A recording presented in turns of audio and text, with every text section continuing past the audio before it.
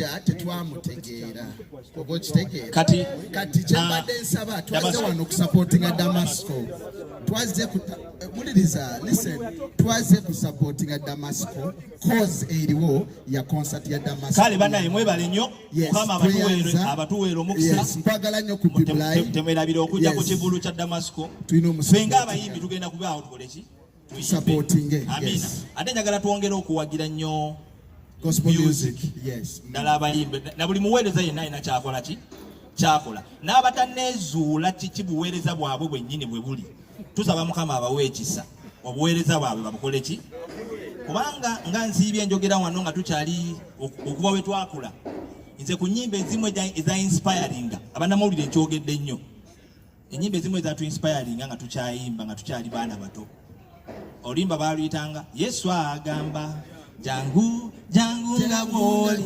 okitegedde so ne tukula nga tukkiriza naye kanina nkugambye nti olumu sometimes abantu baluzinga focus amin olimba laneke yaluyimba so nensaba mukama akomyewo ekisa ekyo ekyokuyimba yabadde afulumizaayo ennyimba nga 2 omwaka guno oba omwaka guno oba n'oguwedde kati nsaba nnyo abannamawulire muwagire nnyo ennyimba ze amina asobola okufokasinga mukola ki mukuyimba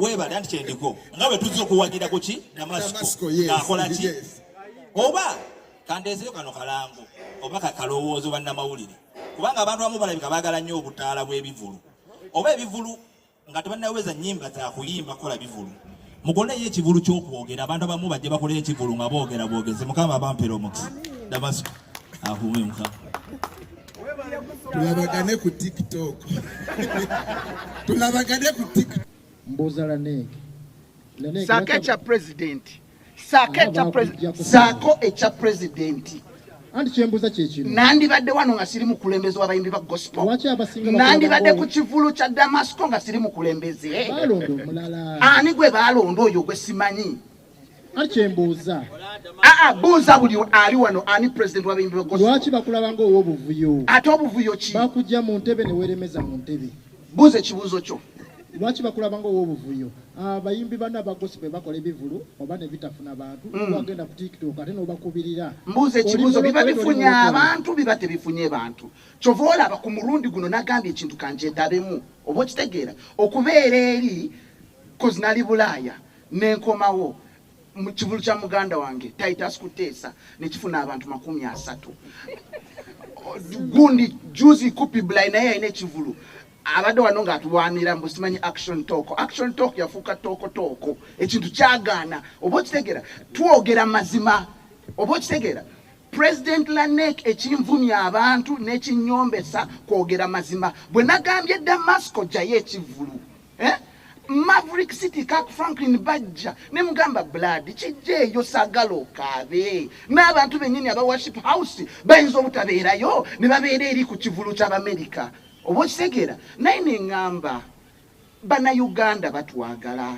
ennyimba ze tuyimba za Luganda omwana bw'ayimba my God oluyimba oluwulira nga ayimbira ddala ekintu kye tutegeera oba okitegeera ayimba Oluganda kyova olaba buli mulokole gyali buli eyakkiriza Yesu Kristu ng'omulokozi we bambi tubeegayiridde ku mulundi guno actually ekivulu ekisooka okufuna abantu kakibeere kya Damasco kale mbeegayiridde Damasco wampadde ku sente Dama wampadde yadde 10 wampadde ku sente yogera gamba kamera njagala olimbe nga nsi yonna etulaba omusajja zinamuwa sente abaina a disclaimer ebigambo bya omukulu tebirepresenting nze nga Damasco Music ne press conference eno naye maasawundoza nze ngenda okubeera PR we nga muwulire ekyokwogerako nekitali kyakwogerako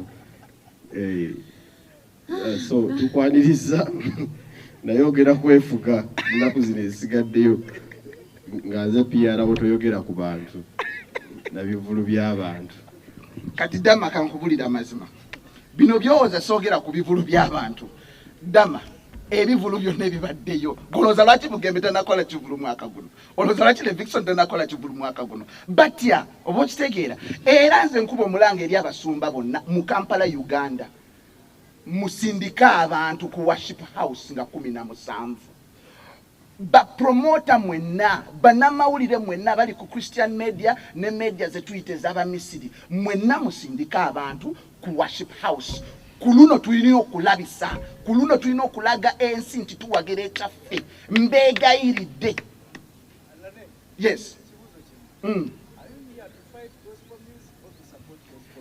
kakati nkulaze nti nzize ntudde wano kumpi ne muganda wange Damasco olaba ne Kupi Blay eyali agenda okunsibola $2 olaba ntudde naye ali wano mmanya nti kuluno tugasse amaanyi tulabe nga gospel music akola ki asituka abayimbi bonna batali wano bonna bali mu kuwagira concert eno era bonna kyovola batimbye tewali kivulu kye bali batimbye ng'ekya Damasco buli muyimbi yakitaddeyo ku WhatsApp buli muyimbi yakitaddeyo ku Facebook bakulaga omwoyo gw'eggwanga omwoyo gw'ekirokozi ekirungi wakava bweru yes and goal ye eri nti kusupportinga gospel music mbadde njagala obeera ekyokulabirako eri omuntu yenna yenna akulaba osooka osupportinga Damasco ng'ensi eraba ebintu bino Damasco bwe namusupport no Damasco bwe namusupportinga ku kamera yawe nakwata emmotoka nenjiwale Livingstone naye ajja tuuka kaseera ngambe nti President Laneke ogenda onjogerera buli wamu nga wewampa sente era ajja mulabanga akutte miliyoni yange oba miliyoni zange 5 akomezaawo okitegeera kakati dama kiri bwe kiti nze ngenda kusupportinga Damasco in which way mu kyama nziddamu mu kyama ebintu bino tubikolera mu kamera muddeeyo ne mutugamba nti tweraga era wenzikomyawo mu kyama obanga olumba Kupi Blay simulumba omatwali kyali wange bro listen ensonga eri nti obuuyo mubuuze ku kamera si kyali wange bw'olumba Kupi Blay n'olumba Titus nti ebivulu byasala obanga aliwo gamba nti n'abajja bakola nsobi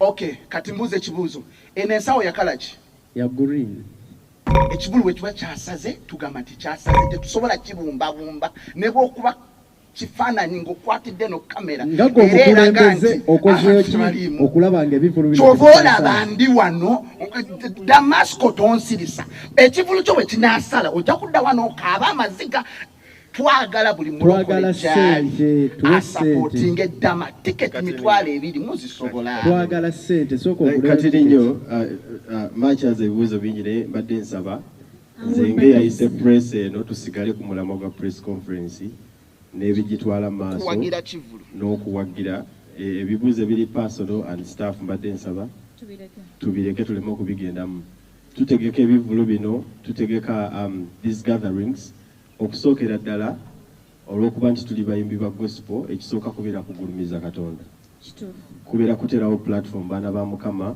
kweyagala n'okugumugulumiza si weewaawo Dawudi agamba nali musanyufu we bagamba ngende mu nju ya Mukama tetumanyi kyali kimusanyusizza kyova olaba tuteekawo those spaces okulaba nga abaana ba Mukama bajja mu nnyumba ya Mukama the aftermath tetwagala comparinga ekiri mu nsi endala with what is in the gospel the aftermath byonna bisigala bintu byani bya Katonda osobola okubeera ng'oyimbye njagala okwebaza abayimbi ba gospel kuba nange kati ngenda kuyingira gospel ntandika okuyimba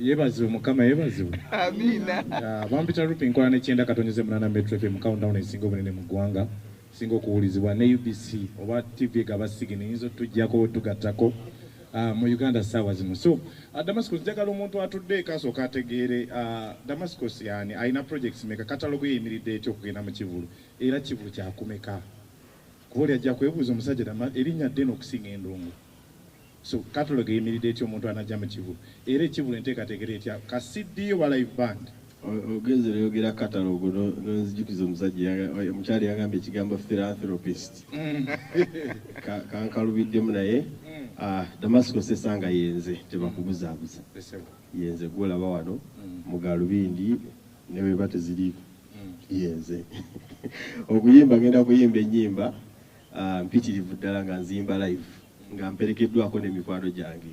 It is not a one man show. Fena tugenda kujja nga omulamu ogutulese kugulumiza Katonda. So ojja kulaba Uncle Kupi Blai, olabe Levikson, olabe Pastor Wilson Bugembe, olabe Eri Bulamu, olabe Segmento, olabe Zion, bayimbi bangi mikwano gyange bamperekeddeko. Naye nga ffenna omulamu ogugenda okuba nga gutulinnyisa ku stage kugulumiza linnya lya Katonda. Ekigambo ekirala, ekibuzo ekirala kyabadde ekya catalogue ke start. Njagala beebaza mwenna abazze wano abayimbi ba gospel ne bannamawulire mwenna mwebale supporting Damasco. Nze kyembuuza nti why Voices of the Angels kyavaawa? Voices of the Angels kyali kigambo nkifuna nga ndi waka nga neebase nenkiwulira mu mind yange nga kiraiminga Voices of the Angels. Sasooka kutegeera kitegeeza ki, but later on nga nyumyamu n'emikwano gyange kwe kukizuula nti mu ggulu ekiri tutwalayo ne kye tulibeera tukola kugenda kubeera nga tusinga Hozaana, haleluya, nga tutendereza Mukama. So amaloboozi gajja kubeera mangi naye nga koze emu yakutendereza Katonda. So nengamba okay, if it is the event ekitegeeza nti ffenna tugenda era theme yaffe egamba nti not just voices but a noise lifted in praise to God. Tetugenda kuleekaana buleekaanyi nga bw'onoowulira abaleekaana mu kibuga, naye tugenda kuleekaana nga ku luno tuleekaana kugulumiza Katonda. So tugenda kubeera n'amaloboozi g'abamalayika kuba ffe tulibeera mu ggulu nga tutendereza Katonda. Voices of the Angels. Kale ndoza kale bintu byakyukamu awali. Amina. Tweyanza nnyo tweyanze nga bapeko mivesi banayo obugalo. Balira waggulu luli boolwo nga batabuse nga azizizza nze mbabuulira akazalo kateke wansi wange.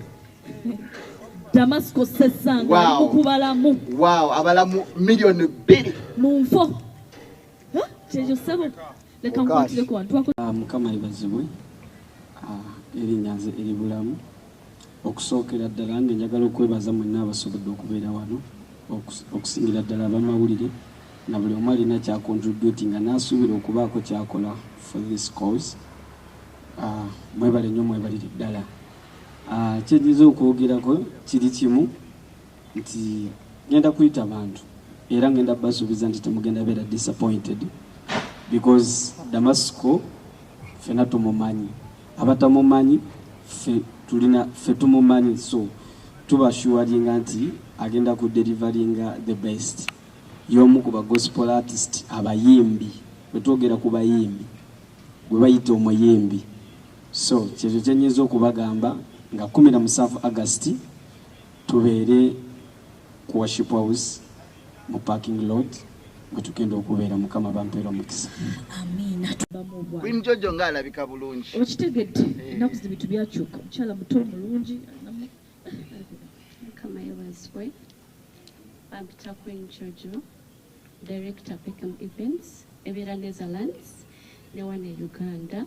I'm married, ndi mama w'abaana basatu. Damasco, bwe nalaba concert ye, he is my friend. Nemugamba we cannot fail.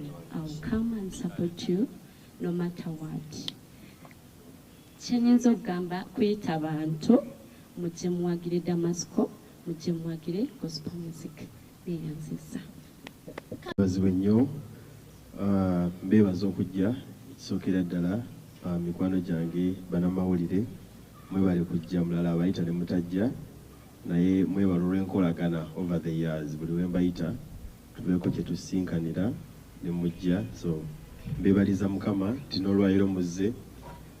Ekyokubiri njagala kwebaza mikwano gyange bayimbi bannange, Uncle Kupi Blai waali, Eri Bulamu waali, these are different generations.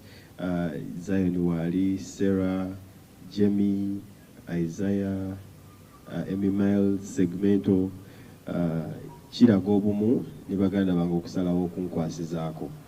Ekirala njagala kwebaza abantu abayimiridde mabega wange ba sponsors ba event eno, okusookera ddala omukyala Jojo or PECOM events, coming on board for a gospel concert. I'm so humbled. Okututeka mu sente all the way. Ebintu byonna byemusinga bimulaba, it's because of main sponsor for PECOM events banayitu mukubireko mu ngalo omukyala Queen Jojo. Tebali best in Uganda naye kulwa cause eno basazawo ne bajja batuwe a hand ng'abalokole era tukiriza Katonda nti kwolwo tujja kubeera ne a good day. Njagala okwebaza muganda wange President Lanek mabegakawa abadde ku medio ko nga mpisaamu eggaali nakusabye onsonyiwe tuwagire ekyaffe Bible egantira bayonga bwe kiri ekirungi abooluganda okutuula wamu olaba ntuula ku meeza y'emu ne kopi bulayi Yesu mulamu nze mbabuulidde. So njagala okubebaza mwenna okubeerawo n'okwebaza sajja yali ansibye bannange sajja yali ansibye yali ayagala million 2 nze nandiziddeewo okwebaza Katonda atukuumye nga tukyali balamu. Sponsors baffe abalala Abajevic Properties, I don't know, there is a representative here bali amataka nabo bataddemu ssente banayitu bakubireko mu ngalo abayimiridde nange n'aba Pearl Automotives, different people abayimiridde on board ng'omukyala Menta Gwaze abamenya. Njagala okubakakasa bannayuganda abalokole n'abatali abagenda okujja nti kwolwo tugenda kubeera mu kusanyuka, Katonda agenda kubeera wamu naffe, tugenda kunyumirwa ate nga bwe tuwona.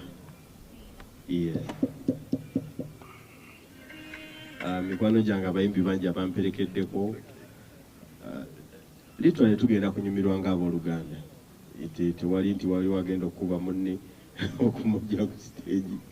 So tugenda kunyumirwa ng'abaana ba Mukama. Kale nga wenda bategeeza nti no concert bampita Mwesigwa Aida okuva mu Jevic Properties Limited. Fe abatunda ettaka, abatunda amayumba agawedde, n'okugula ettaka, kuzimba amayumba, kugoba ku byapa, byonna tubikolako. Njagala kwebaza Mukama olwa muganda waffe Damasco. Bambi tumwagala nnyo. Era ffe aba Jevic Properties bwe twawulira nti agenda kola ekivulu, tubadde tetusobola kusigalayo kubanga okusupportinga ebivulu by'abalokole kitundutundu ku bulamu bwaffe era be baffe. So omwami Damasco ffe ng'aba Jevic tukusuubiza nti weetuli ku lulwo ate tugenda kubeerawo.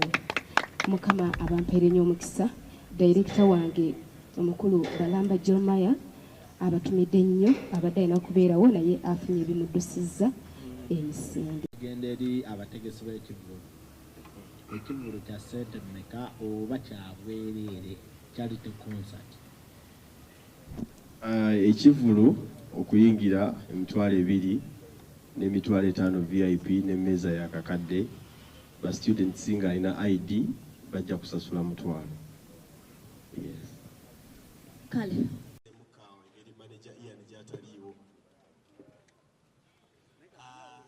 manager Ian wali yandisobodde okujja n'addamu ebibuuzo bino naye kitwagala okwebaza Mukama nti